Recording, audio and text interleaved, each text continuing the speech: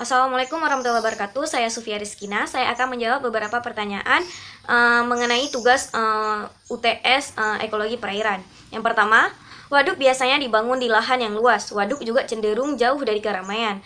Nah, genangan air yang membentuk kolam besar ini disebut sebagai waduk. Danau tercipta lebih alami. Biasanya danau muncul karena aliran sungai, mata air, atau glacier yang mencair.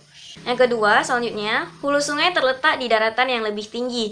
Sungai di bagian hulu dicirikan dengan badan sungai yang dangkal, sempit, tebing yang curam dan tinggi.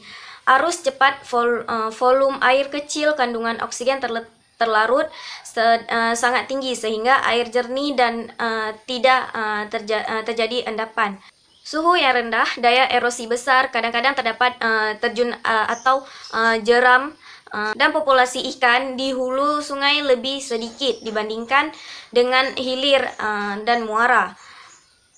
Makin ke hilir, kelandaian aliran air sungai akan makin kecil, daya gerus terdapat dasar akan berkurang, dan konsentrasi sedimen yang dikandungnya cukup besar sehingga mengakibatkan kapasitas transport aliran air mengecil.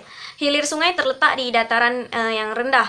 Sungai di bagian hilir dicirikan dengan sungai yang lebih lebar, tebing landai, badan air dalam, arus yang tidak begitu kuat, terdapat bahan organik lebih keruh dibandingkan dengan hulu air lambat. Badan sungai merupakan habitat bagi organisme akuatik yang keberadaannya sangat dipengaruhi oleh lingkungan sekitarnya. Organisme akuatik tersebut diantaranya tumbuhan air, plankton, ferifiton, bentos, ikan, serangga air, dan lain-lainnya.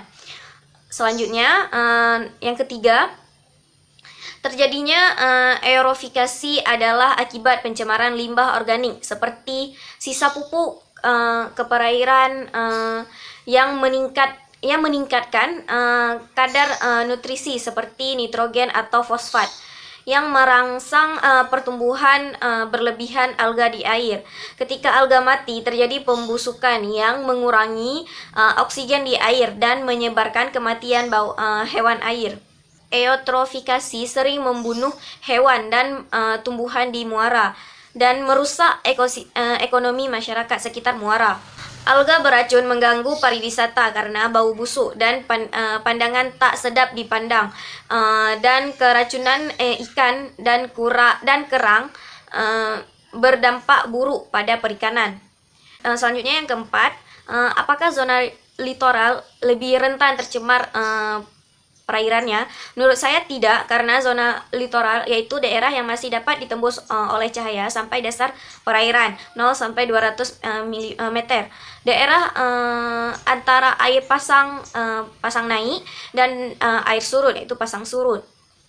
Selanjutnya yang kelima, di dalam Al-Quran juga dijelaskan untuk menjaga lingkungan. Bismillahirrahmanirrahim.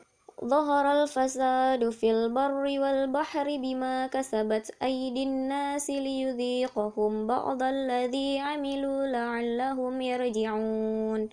Telah tampak kerusakan di darat dan di laut disebabkan perbuatan tangan manusia. Allah menghendaki agar mereka merasakan sebagian dari akibat perbuatan mereka, agar mereka kembali ke jalan yang benar. قل سيروا في الأرض فانظروا كيف كان عاقبة الذين من قبل كان أكثرهم مشركين. Katakanlah Muhammad, berpergianlah di bumi lalu lihatlah bagaimana kesudahan orang-orang dahulu. Kebanyakan dari mereka adalah orang-orang yang menyekutukan Allah.